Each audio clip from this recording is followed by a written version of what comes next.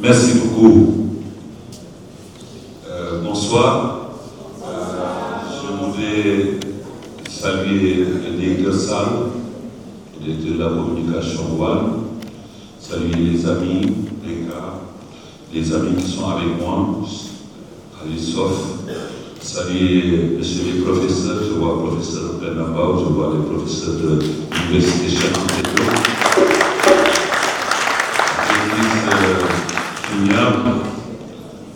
Madame Diam, je salue notre nom qui est venu, je salue vraiment toute l'assistance,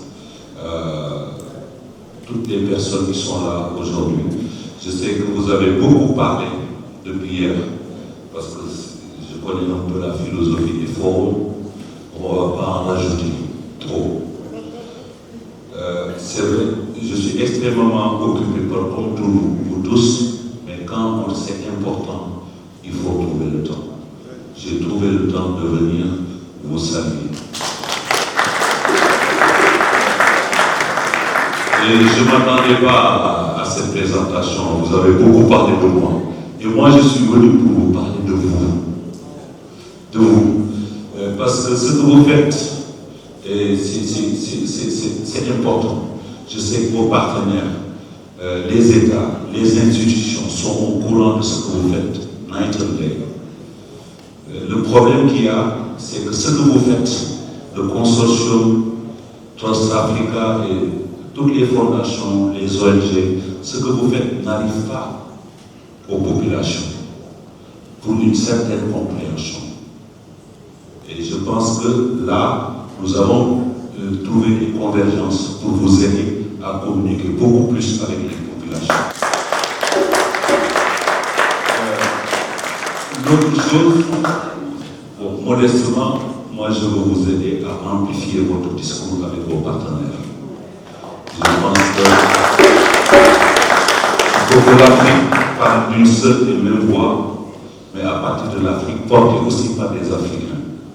Nous avons été, avec l'expérience, un peu partout, pour faire des plaidoyers qui ont amené des résultats, c'est vrai. Nous avons été là pour le paludisme, nous avons été là pour la dette, nous avons été là pour les plaidoyers, mais aujourd'hui, je pense que nous devons continuer à parler de ce consortium pour parler à l'étranger, parce qu'il y a beaucoup de choses qui ont changé. Dernière chose, ok, le problème en Afrique aujourd'hui, qu'on le veuille ou pas, qu'on le dise ou non, c'est le problème de l'emploi des jeunes. 70%, plus de 70% de notre population a moins de 25 ans. C'est la clé. Et dans ça, nous avons vu que les industries culturelles et créatives, c'est un secteur qui peut donner beaucoup d'emplois, qui peut donner beaucoup de fierté et qui peut rassurer les populations.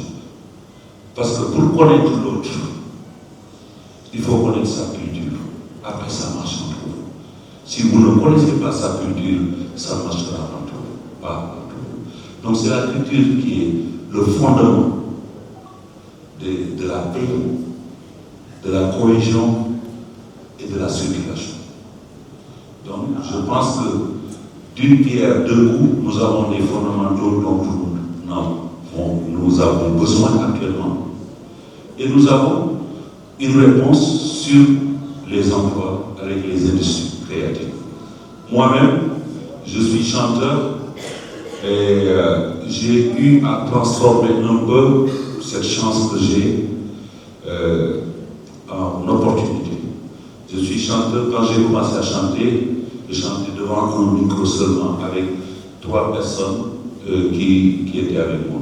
Après, nous avons eu un peu d'argent. Nous avons acheté de la sonorisation. Cette sonorisation, d'autres gens viennent travailler sur cette sonorisation. Quand nous ne jouons pas, la sonorisation est louée à d'autres. Après, nous avons construit un studio d'enregistrement. Le studio d'enregistrement, quand nous n'enregistrons pas, d'autres viennent. Après, nous faisons des spectacles. Nous cherchons quelqu'un qui est fort avec les lumières, quelqu'un qui est fort avec le son, quelqu'un qui est fort avec les images, etc., etc. Après, nous allons vers la diffusion. Nous disons qu'il faut tendre le micro à tout le monde. Et nous avons créé un groupe de médias. Après, nous avons fait un club où nous jouons tout le temps de ça, comme vous disiez. Et voilà, c'était une économie.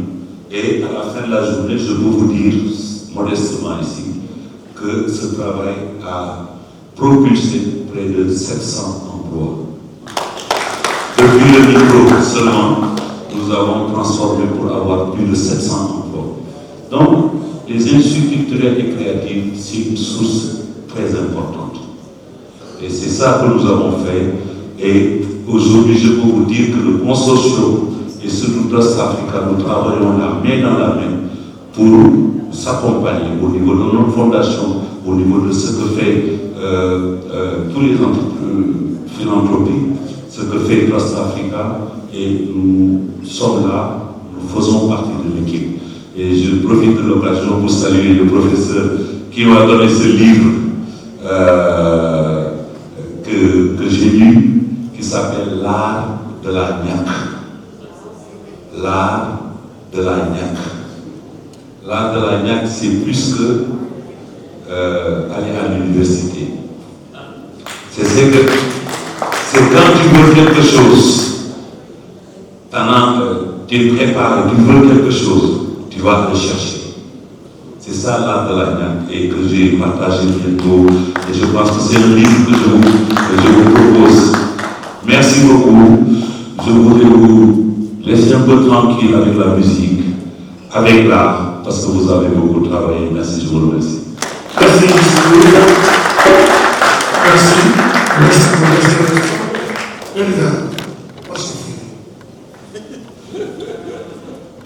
It's an honor and a pleasure to be here tonight as we celebrate the Lifetime Award. And as a young artist, I'm honored to be here today. I have been learning a lot over the past 2 days, and I hope to impart that on my colleagues in the music industry.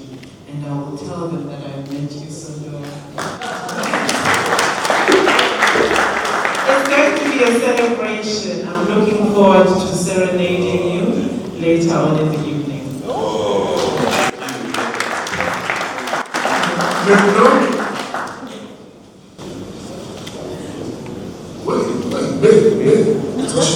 Je n'ai pas enregistré ici, sans donner 2 minutes à caméra.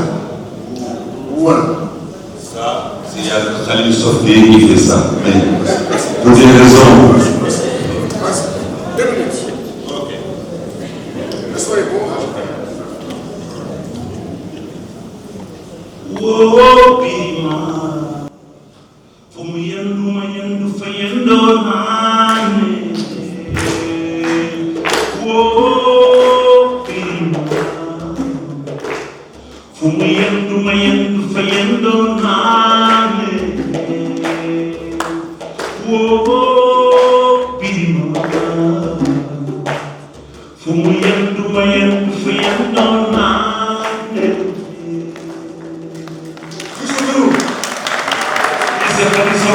Merci beaucoup.